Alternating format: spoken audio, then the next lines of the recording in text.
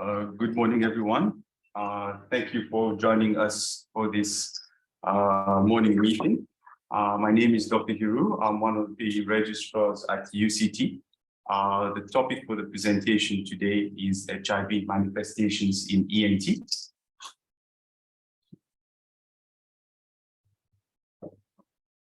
I have a disclaimer, consent from the patient, and my content is referenced.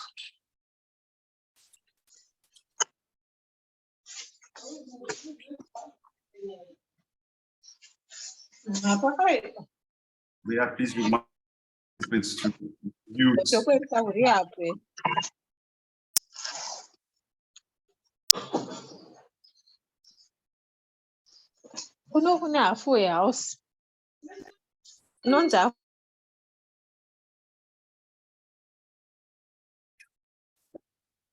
So the case presentation for this morning is a 40-year-old male, HIV positive, who defaulted his ARVs 1 year ago, presenting with a CD4 count of 178. He gave a 6-week history of drug injection into his right neck.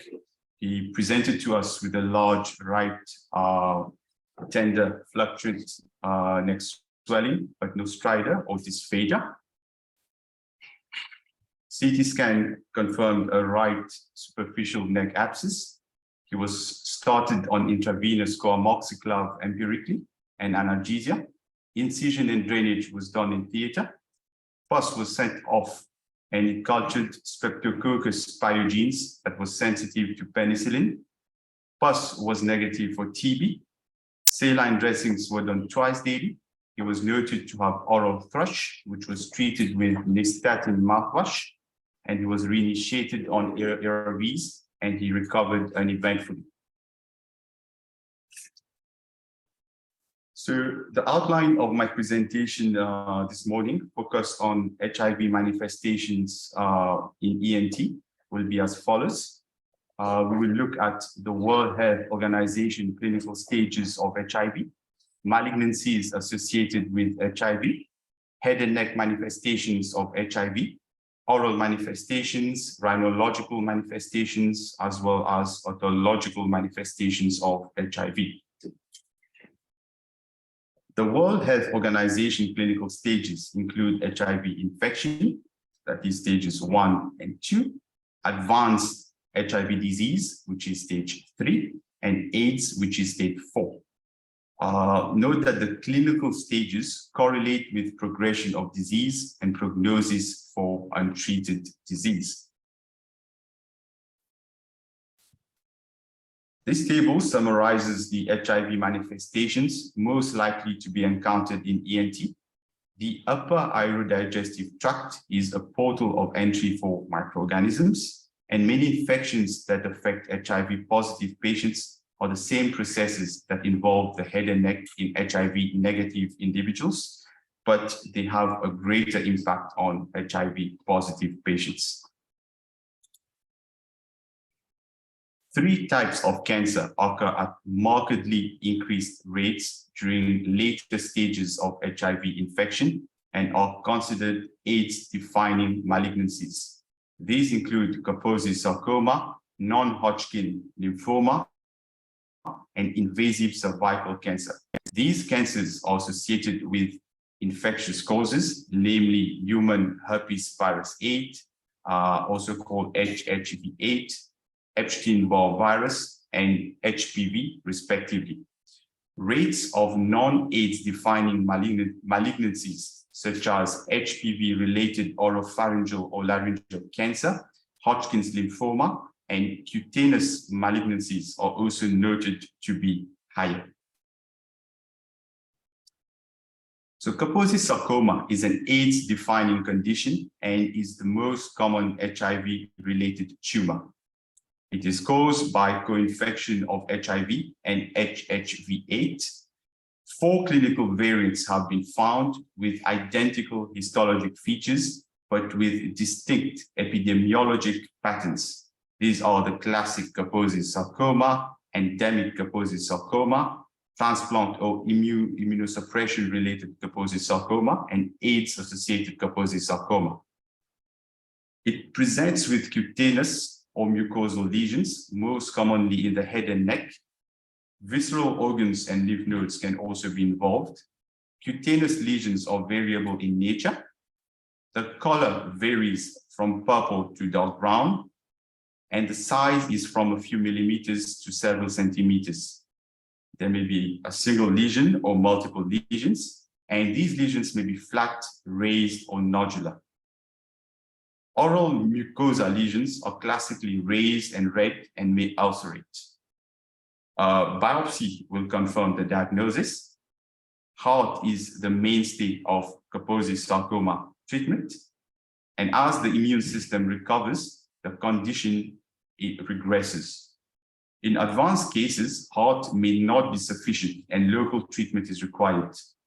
Localized radiotherapy to cutaneous or oral lesions provides good control of the disease, although HIV patients are more prone to radiation side effects.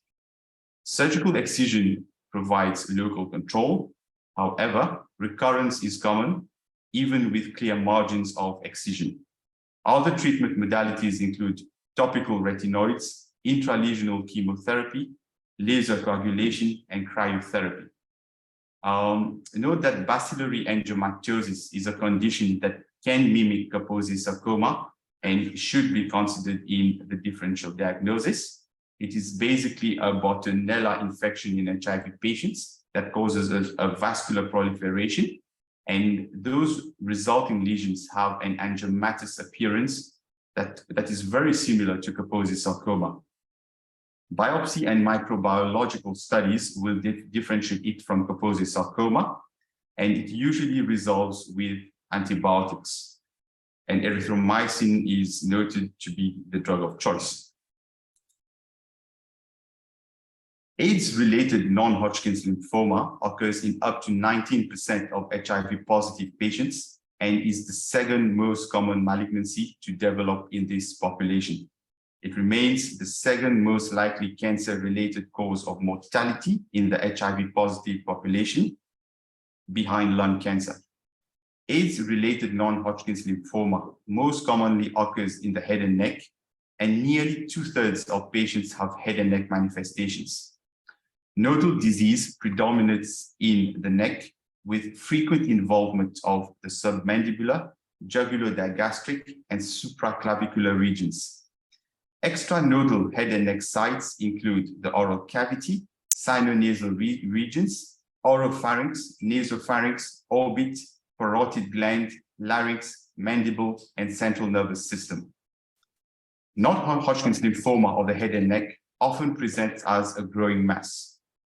Constitutional symptoms are frequently present, and fever, night sweats, and unintentional weight loss, usually more than 10% of body mass, are seen in about 82% of patients.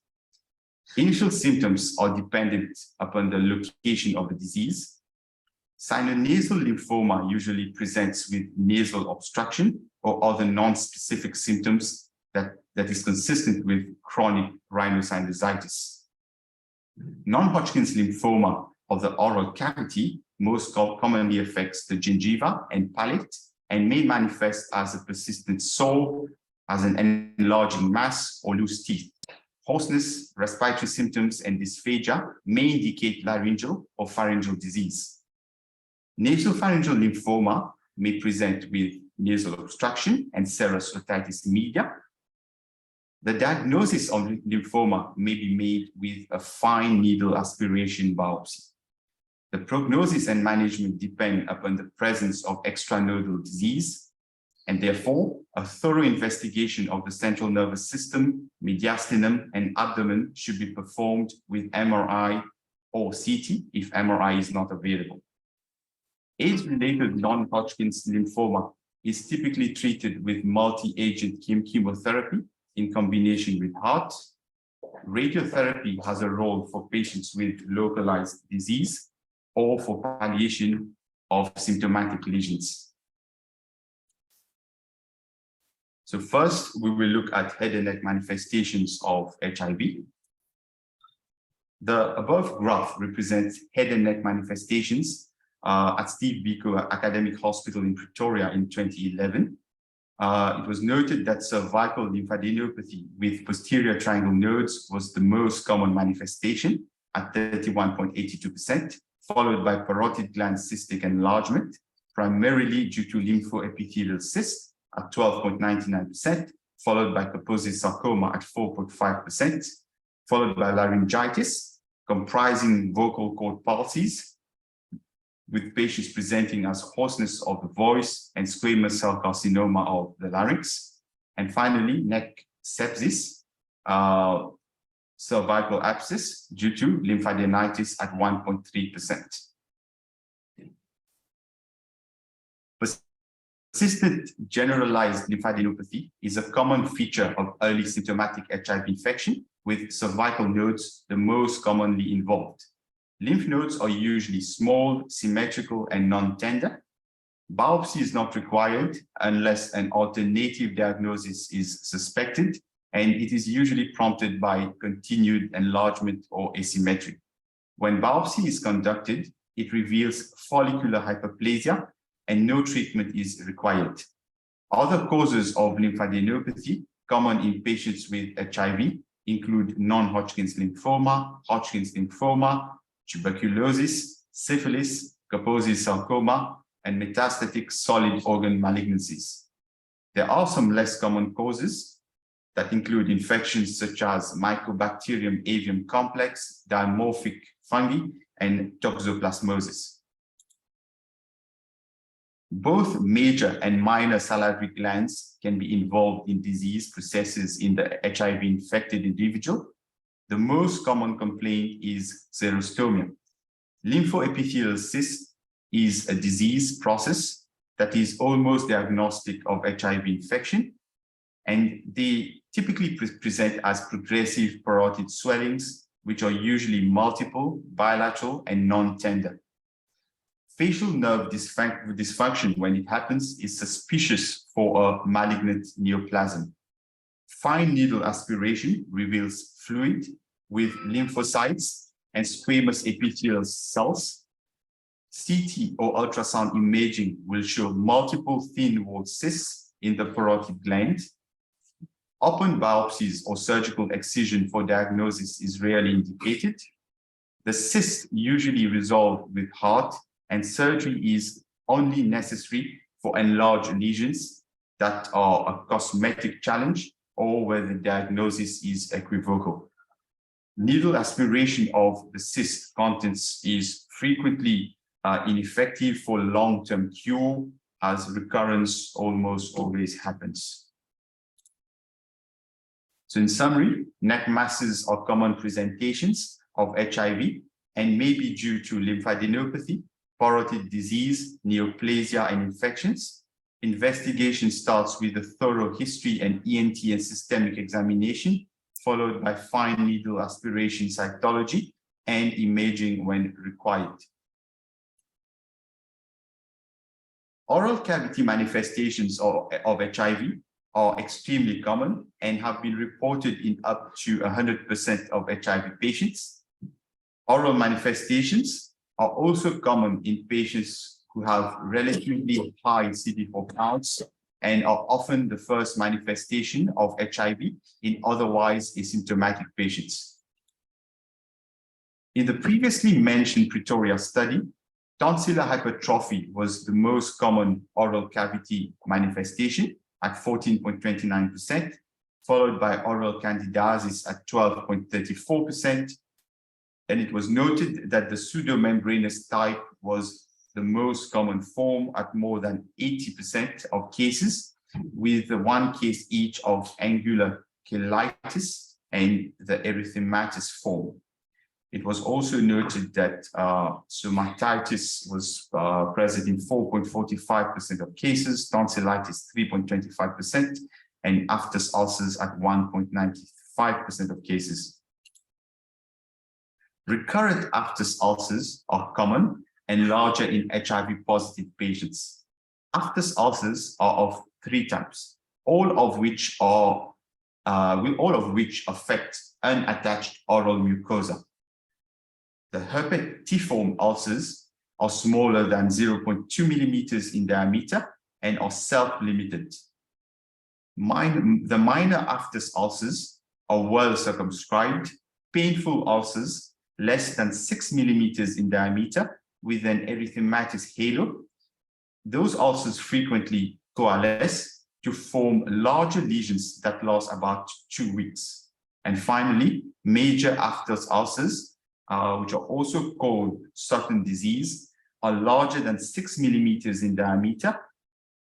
On examination, the lesions are solitary or multiple, have an erythematous halo that is well circumscribed, and may have an exudate or pseudomembrane. The lesions are tender to palpation, and in giant aphthous ulcers can cause severe odynophagia. Treatment is primarily to provide symptomatic relief. Topical anesthetics or steroids are often effective in less severe cases. Topical tetracycline or systemic clindamycin are effective agents when superimposed infection is present. And ulcers that do not respond to local treatment should be biopsied for pathological examination. Oral candidiasis is a common infection in HIV patients. There are multiple forms, but the 3 most common forms of oral candidiasis are pseudomembranous candidiasis, erythematous candidiasis, and angular cheilitis. The most prevalent form is pseudomembranous candidiasis, also called thrush, and is characterized by a tender white plug on top of an erythematous and erosive mucosal surface. Erythematous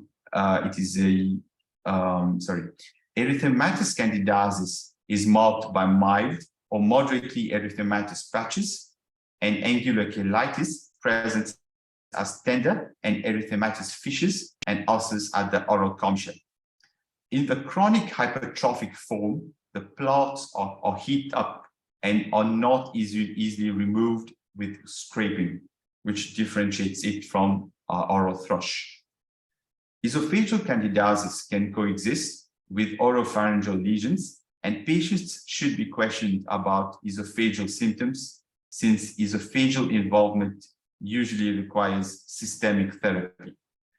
Treatment of mild disease consists of nystatin mouthwash, cotrimazole, or amphotericin lozenges are also effective. Systemic therapy is indicated in patients with worsening immunocompromise or thrush that is unresponsive to topical agents.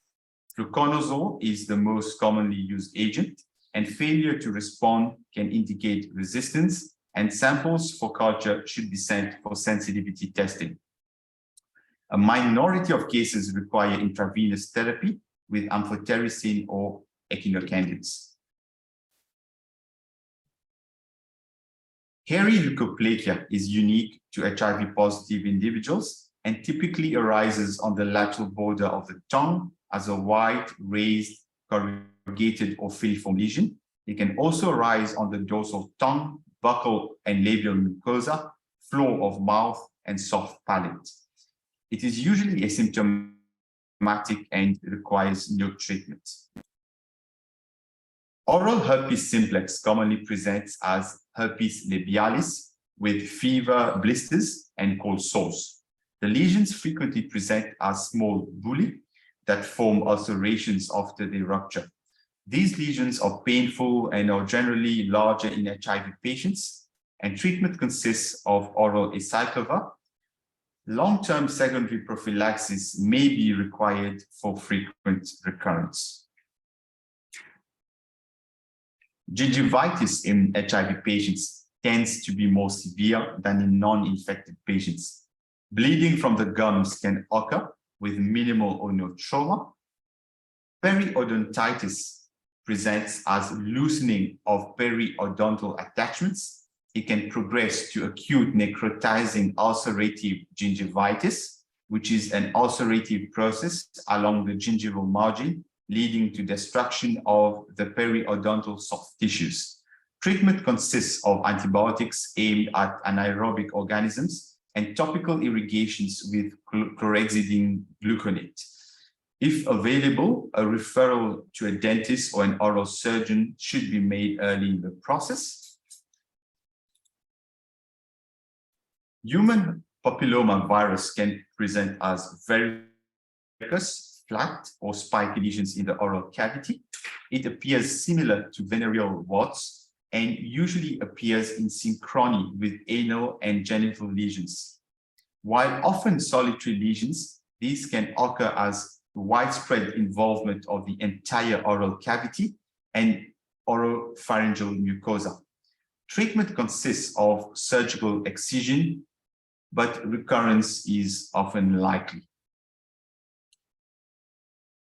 Xerostomia, secondary to chronic inflammation of the major and minor salivary glands, is frequently seen in HIV patients, and the treatment is for symptomatic relief and usually consists of oral irrigations, saline rinses, salivary substitutes, and sialogogues. 30 to 68% of HIV-positive patients manifest some form of nasal or sinus symptoms. So in the previously mentioned Pretoria study, rhinological manifestations included adenoid hypertrophy or hyperplasia at 41.56%, allergy-like symptoms at 12.34%, sinusitis at 7.79%, epistaxis at 3.9%, atrophic rhinitis presenting as nose bleeding at 2.6%, nasal polyposis at 2.6%, septal perforation at 1.3%, and nasal neoplasms, most of which, or all of which, were inverting papillomas. So adenoidal hypertrophy can present as nasal obstruction and can hypertrophy, as can hypertrophy of any of the tissues of Waldeur's ring. Any non-pediatric patient who presents with adenoid hypertrophy should be tested for HIV. Neoplasms such as Kaposi's sarcoma or non-Hodgkin's lymphoma can also cause nasal obstruction, and both lesions can arise from the nasal cavity or nasopharynx. Kaposi's sarcoma is also noted to arise from the nasal septum, and non-Hodgkin's lymphoma is also noted to arise from the sinuses. Sinusitis in HIV-positive individuals is similar to that in non-infected persons, with Streptococcus pneumonia, Moraxella catarrhalis, and Haemophilus influenza the main infective agents. In HIV-positive persons with fever of unknown origin, the sinuses should always be investigated for possible infection, and the bacteriology of chronic sinusitis differs from that of acute sinusitis. In patients with CD4 counts less than 200 per milliliter, Staphylococcus aureus, Pseudomonas aeruginosa, and anaerobes become more prominent, and antibiotic therapy should be broadened to include these organisms. As the CD4 count decreases below 50, fungal infection of the sinuses can occur, with the majority of fungal infections caused by aspergillus, and one should also be wary of mucormycosis. Other pathogens reported in the literature include CMV, microsporidia, acanthamoeba, and Legionella. Evaluation of sinusitis in HIV involves culture, nasal endoscopy, and CT scanning. The mainstays of medical management of sinusitis are antibiotics and decongestants.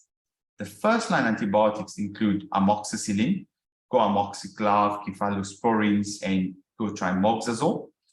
Topical nasal steroids may also be considered as an adjunctive therapy. Surgery is advocated in patients with persistent symptoms despite medical therapy, and in any patient at any time with extrasinus symptoms such as mental status changes, cranial nerve dysfunction, or intracranial extension or abscess formation. The goal of endoscopic sinus surgery should be symptomatic relief as well as optimizing nasal anatomy to facilitate drainage of the sinuses. However, as HIV disease progresses and CD4 counts decrease, recurrent sinus infections tend to become more difficult to treat. Lastly, we will look at the otologic manifestations of HIV. So in the previously mentioned Pretoria study, the most common otological manifestation was chronic suppurative otitis media, which affected 27% of patients, followed by otitis media with effusion, 15.58%, sensory neural hearing loss, 14.29%, vestibular symptoms at 8.44%, otitis externa at 1.95%, and facial nerve palsy associated with mastoiditis at 0.65%. Malignant otitis externa has a higher incidence in HIV patients, and osteomyelitis of the skull base is a frequent complication that causes facial nerve or cranial nerve dysfunction. Diagnosis can be confirmed with a CT scan of the temporal bone or a technetium 99M bone scan. The causative agent for malignant otitis externa is usually Pseudomonas, although in patients with very low CD4 counts, Aspergillus is common and can be very invasive. In Pseudomonas, the treatment is 6 to 8 weeks of antibiotics usually, and a combination of an anti-pseudomonal third-generation cephalosporin with either ciprofloxacin or aminoglycoside is often appropriate. Invasive Aspergillus should be treated with intravenous antifungals, such as voriconazole or amphotericin B. Surgical debridement may be necessary in more severe cases. Pneumocystis jirovecii can affect the external auditory canal, but may also involve the middle ear and the mastoid bone. It may present either as a cyst or polyp, and the cyst, if allowed to grow, can occlude the external auditory canal or spread to the middle ear cleft and middle cranial fossa. And the diagnosis is made by biopsy.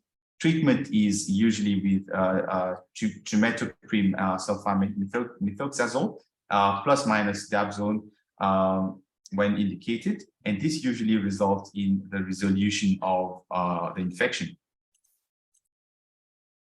The most common otologic entities seen in HIV-positive individuals are serous and recurrent otitis media.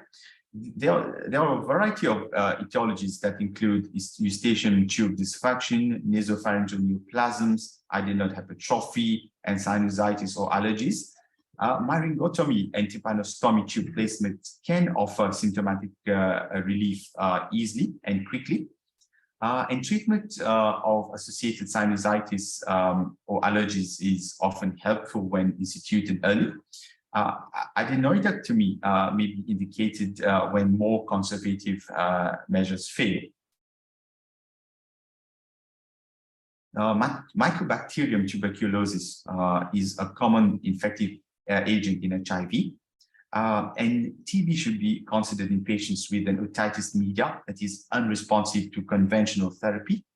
The classical TB otitis media signs of multiple tympanic membrane perforations, granulations, painless otorrhea, and bone necrosis may not be evident in HIV-positive patients. Tissue biopsies and microbiological cultures may be diagnostic. However, false negatives are common. Anti-tuberculous chemotherapy should be continued for a minimum of 6 months, and often surgery to remove sequestrum may speed up recovery when indicated. However, most surgeons adopt a conservative approach, and that has been shown to be effective. Atypical mycobacteria, such as Mycobacterium avium complex, is also reported to cause otitis media in patients with HIV.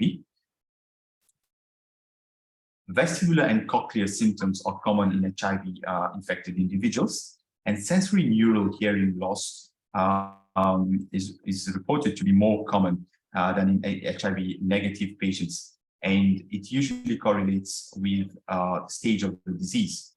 Sudden sensory neural hearing loss is also reported to be more than twice as common than in HIV negative patients.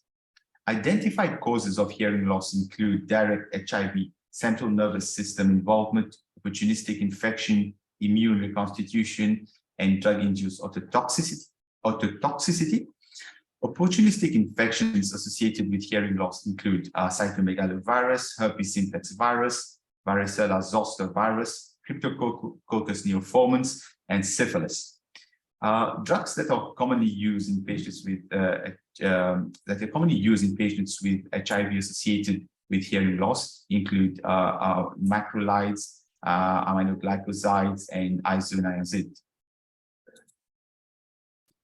Otosyphilis prevalence is increasing mainly because of the HIV pandemic, and it is part of tertiary syphilis. And in immunocompetent individuals, this occurs usually 15 to 20 years after the primary infection. In patients with HIV, this time interval is significantly accelerated and can occur as quickly as 5 years after the primary infection. Otosyphilis can occur in HIV positive patients despite high CD4 counts, and it typically presents with hearing loss that spares the mid-range frequencies. And tinnitus and vertigo can also occur that mimics Meniere's disease. The diagnosis is with serological testing, and treatment is with high-dose penicillin, usually in combination with probenecid. Facial nerve palsy can occur in up to 7.2% of HIV patients and is referred to direct infection by HIV, neoplasms, opportunistic infections, AIDS, encephalopathy, and toxoplasmosis. Bell's palsy is the most frequent diagnosis for cranial nerve 7 paralysis, and it is postulated to be caused by herpes simplex virus and is usually a diagnosis of exclusion. Complete recovery usually occurs within 3 weeks to 3 months. Ramsay-Hunt syndrome, also called herpes zoster oticus, usually occurs later in HIV infection and is more prevalent in AIDS patients. Symptoms include peripheral facial nerve palsy, herpetic vesicles along the 7th nerve dermatome and in the conchal bone, and severe herpetic pain. Treatment is with high-dose acyclovir and high-dose steroids when not contraindicated. And finally, bilateral facial nerve palsies have been reported and usually represent a systemic disease. Serological tests for syphilis, cytomegalovirus, herpes simplex, herpes zoster, and Epstein-Barr virus should be carried out. MRI of the brain and CSF analysis usually help with the diagnosis when indicated, and patients with a low CD4 count are usually noted to present with central system disease, central nervous system disease with few or ambiguous clinical signs. There should be a low threshold for lumbar puncture, plus minus neuroimaging, and investigations and management is usually undertaken in consultation with a physician for the management of the HIV. I think this is all that we have time for today. These are my references. Thank you. We're now going to take comments from the floor.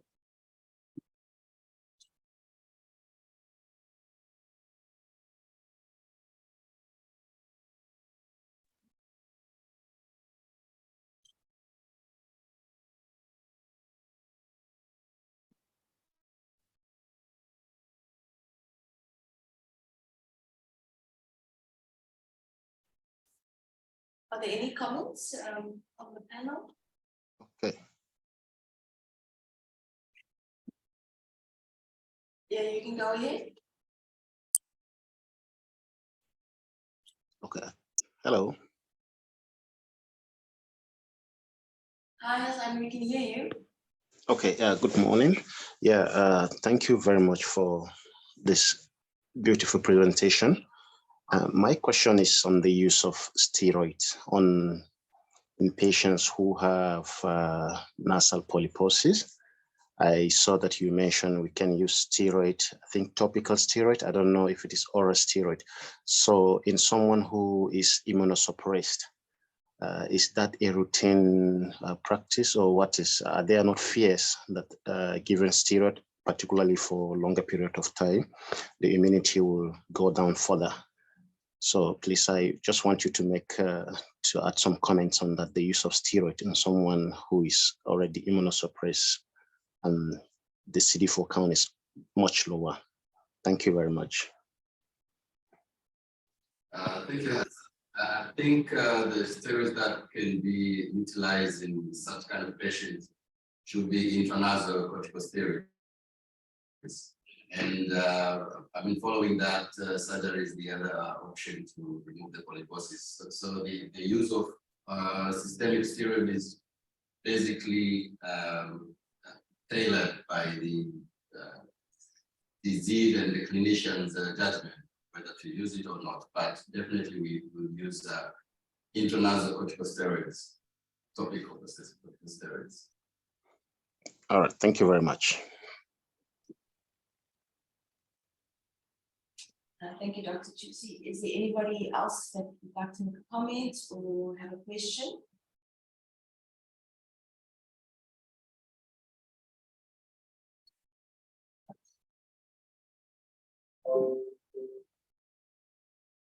Okay, thank you everybody for joining us this morning. We will now conclude the meeting and have a good day. Thank you. Well, they kicked us out.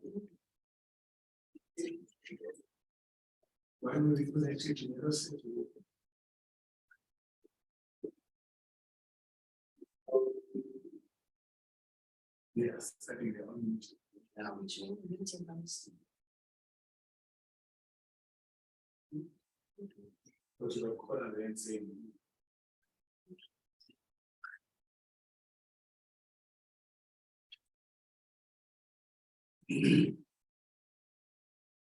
Anybody?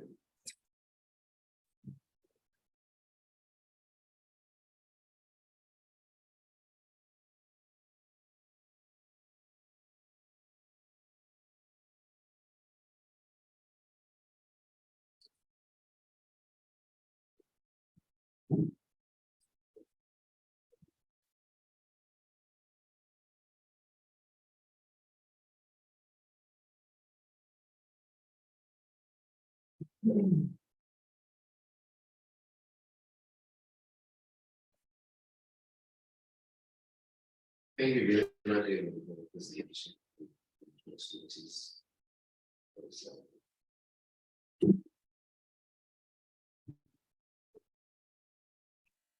Okay, so I'm still thinking. It's the back.